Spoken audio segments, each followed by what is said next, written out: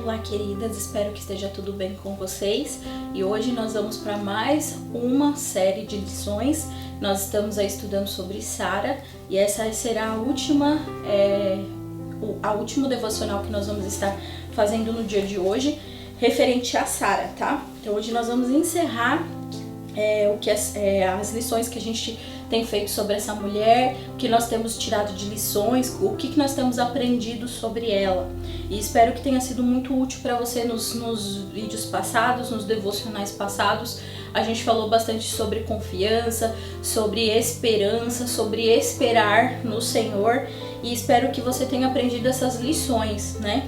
Hoje nós vamos ler Gênesis capítulo 17, o versículo 5 e o versículo 15 e 16, para a gente continuar então nesse nosso último devocional sobre essa mulher espetacular chamada Sara.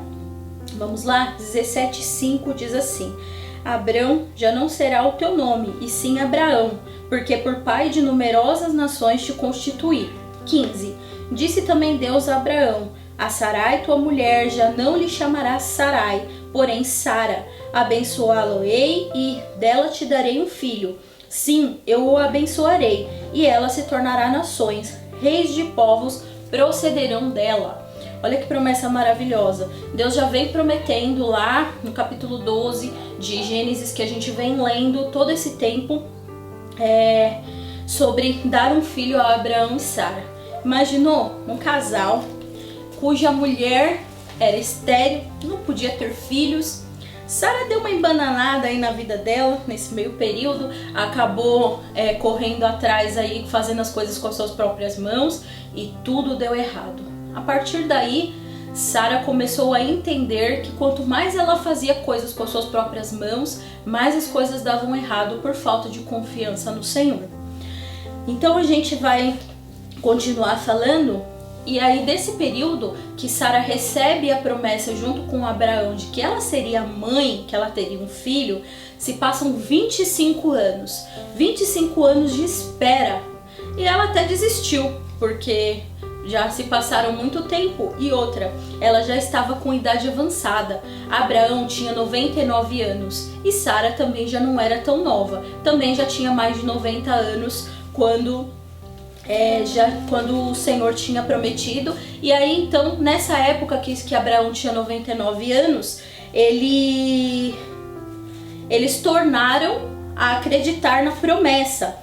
Então eles passaram a viver numa rotina diária, né? Ambos, casal, vivendo a rotina diária deles, e nada de filho. Às vezes eles até riam, lembrando que o Senhor tinha prometido um filho para eles. Deus estava com certeza sorrindo, porque estava trabalhando para cumprir a sua promessa. Começou mudando o nome, né, como nós lemos agora, de Abrão para Abraão, que significa pai de uma grande nação, e Sarai para Sara, que significa princesa do Senhor. De alguma forma, o casal escolheu acreditar nela e nunca se render à dúvida. Ou seja, é muito fácil, às vezes, a gente receber uma promessa. O difícil é a gente continuar confiando e acreditando que essa promessa vai se realizar. Agora pense, se você estivesse no lugar de Sara, como você teria reagido à ordem do Senhor de andar segundo a vontade de Deus, depois de esperar por 25 anos? Olha que difícil. Em Isaías 40:31, o profeta escreve: mas os que esperam no Senhor renovam as suas forças, ou renovarão as suas forças. Que palavra maravilhosa! Quando você espera no Senhor, você vai com certeza renovar as suas forças. Numa ilustração, como você sabe que Deus se importa com você? Olha que interessante. Bom, nós temos um inimigo que adora roubar a nossa esperança, e quando damos ouvidos a ele, chamamos a nós mesmos esquecidos, indignos de afeto e sem importância.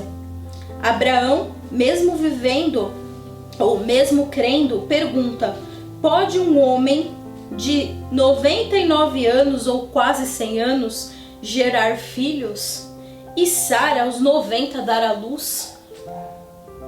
Ainda há um questionamento, porque por esperar por 25 anos, às vezes a gente espera tanto, a gente pede tanto e a gente para de acreditar que isso algum dia pode acontecer com a gente.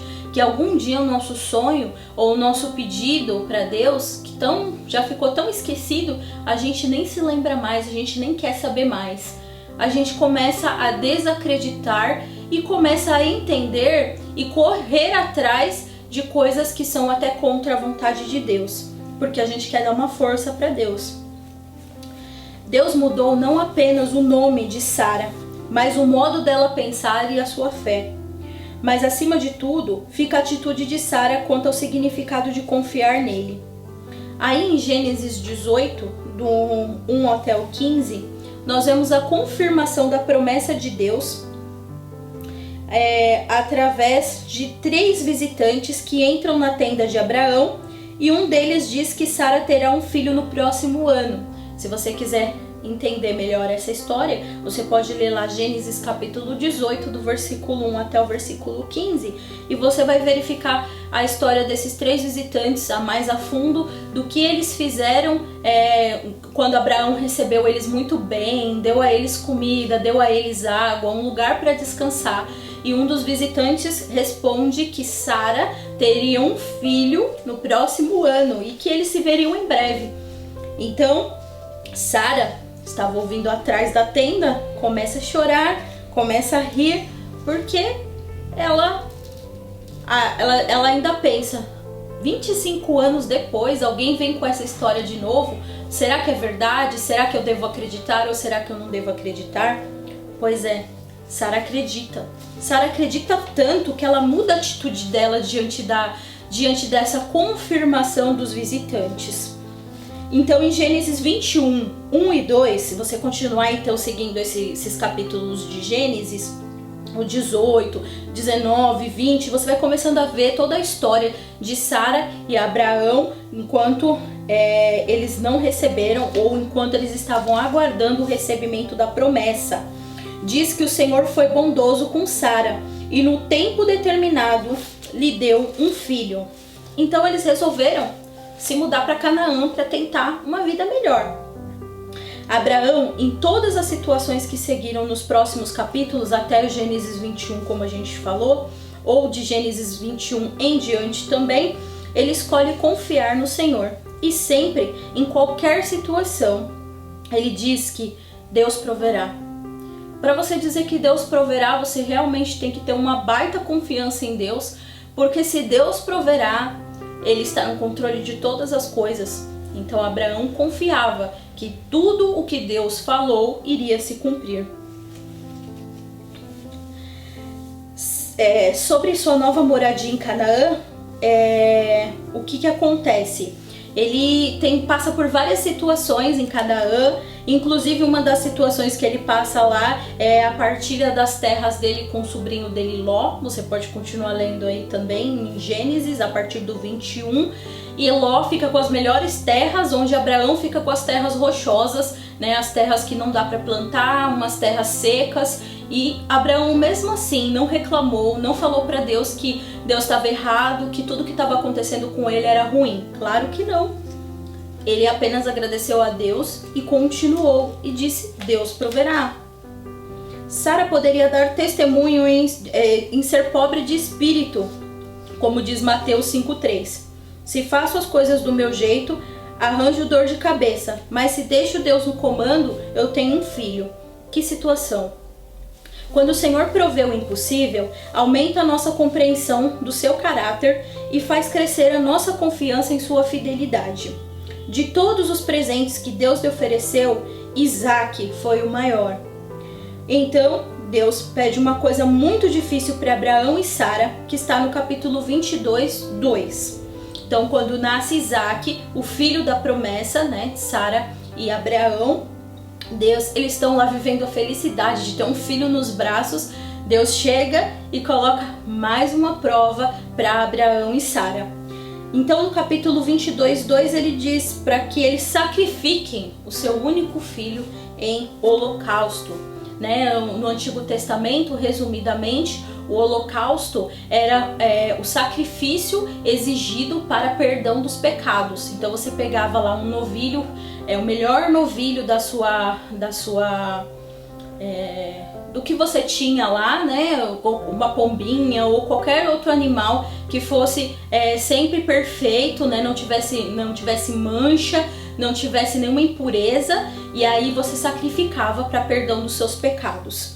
Então Deus pediu para que Abraão sacrificasse seu filho. Nesse momento, ele só pegou o jumentinho, chamou Isaac, pegou 2 servos, Isaac se despediu da mãe, nem Sara não questionou, porque Deus tinha pedido isso para eles, e Deus falou para eles: olha, vai até o monte, chegando lá você vai sacrificar seu filho. Abraão pegou todas as suas coisas e partiu, crendo que Deus proveria e faria o melhor. Chegando lá no monte, ele deixa os seus 2 servos de canto, resolve pegar então Isaac e ir a pé o restante do caminho. Abraão chegou até o local estipulado por Deus, amarrou os pulsos de Isaac, colocou Isaac sobre o altar. Nesse momento eu fico pensando, será que Abraão olhou para o céu e sentiu uma dor no coração e quase desistiu? Imagina só, nesse caminho Isaac para e pergunta para o pai: pai, onde está o cordeiro para o sacrifício? Olha como deve ter ficado apertado o coração de Abraão, que não podia nem responder para o filho: filho, é você. Nesse momento ele fica muito assustado, mas ao mesmo tempo confiante, e disse para Isaac: Deus proverá o cordeiro, meu filho. E então Isaac amarrado sobre o altar, Abraão pega a sua faca, e quando Abraão vai com certeza finalizar o sacrifício, matando seu filho sobre o altar, ele vê um farfalhar no meio no meio de um capim, né, no meio de um montinho, e ele encontra um cabritinho com o seu chifrinho enganchado nesse mato, e aí ele entende que Deus proveu realmente o cordeiro para o sacrifício. Deus diz para Abraão que ele neste momento só esperava obediência por parte de Abraão. E foi o que aconteceu. Abraão obedeceu a Deus até o último minuto da sua vida. Abraão obedeceu a Deus mesmo sabendo que se Deus deu o filho, Deus podia muito bem tomá-lo, porque Deus cumpriu a sua promessa. Isso que era o importante. Deus deu um filho para ele, e Deus, nesse momento que Abraão foi sacrificar o seu filho e que teve esse cordeiro providencial, Deus olhou para Abraão e disse: olha, Abraão, por causa da tua fé, eu vou fazer de você um pai de uma grande nação, de você vai sair muitos descendentes. Então Deus ali cumpre a sua segunda promessa, não só de ter dado um filho, primeira promessa, mas a segunda promessa de também fazer dele uma grande nação. A partir de Abraão, então, nós vemos várias gerações até chegar em Jesus Cristo, que veio ao mundo para nos salvar, para nos resgatar das trevas e nos trazer para sua maravilhosa luz. Sabe, queridas, eu fico pensando que a nossa atitude às vezes como pais é proteger os nossos filhos, colocá-los dentro de um casulo, ou muitas vezes a gente cria os filhos para nós mesmos. Só que a palavra do Senhor diz que os filhos são a herança do Senhor e que nós como pais devemos cuidar dos nossos filhos para o Senhor. Então os filhos são emprestados. Se hoje você tem esse problema de endeusar o seu filho ou mesmo protegê-lo, colocá-lo dentro de uma cúpula, comece a soltá-lo, comece a criá-lo como se fosse para o Senhor, porque ele só é emprestado para você. E aí você desapega, você começa a confiar que o Senhor vai prover todas as coisas. A questão aqui de Abraão e Sara foi testar a sua obediência, foi testar a sua confiança. Imagine um casal que foi testado até o limite da sua esperança, da sua confiança e principalmente do impossível. Porque para uma mulher que era estéril ter um filho e desse filho sair grandes gerações, sair um povo gigantesco que é o povo de Israel, e principalmente desse povo gigantesco sair o nosso Salvador, Olha que responsabilidade para Sara e para Abraão. Muitas vezes você pode até rir falando, ué, mas Abraão e Sara desconfiaram no meio do caminho. Só que muitas vezes eles caíram, eles escorregaram, eles riram, eles choraram, mas eles não desistiram. Eles continuaram focando que o Deus do impossível era capaz de fazer o possível sobre eles. Era capaz de fazer o impossível sobre eles também. Essa história nos ensina que Deus sempre cumpre as suas promessas e Ele concede graça àqueles que necessitam dela. Que o Senhor sempre está conosco, mesmo quando nós tentamos agir por conta própria ou contra a vontade dEle. E que Ele cuida de nós, mesmo quando nós não confiamos nele de todo o nosso coração. Sabemos que o nosso coração está na direção certa de Deus, quando Ele é mais valioso para nós do que qualquer tesouro que Ele possa nos oferecer. Não desista, fique firme, porque Deus proverá sobre a sua vida qualquer coisa que você precisar. O Deus da provisão irá prover sobre a sua vida. Eu espero que essas 3 lições, esses 3 vídeos que nós fizemos para você tenha sido muito proveitoso, que ele te ajude, não só nesse momento que estamos vivendo, mas em todos os momentos da sua vida. Não deixe de confiar nunca no Senhor, tenha sempre esperança no Senhor. Aquilo que Ele te prometeu, Ele vai cumprir.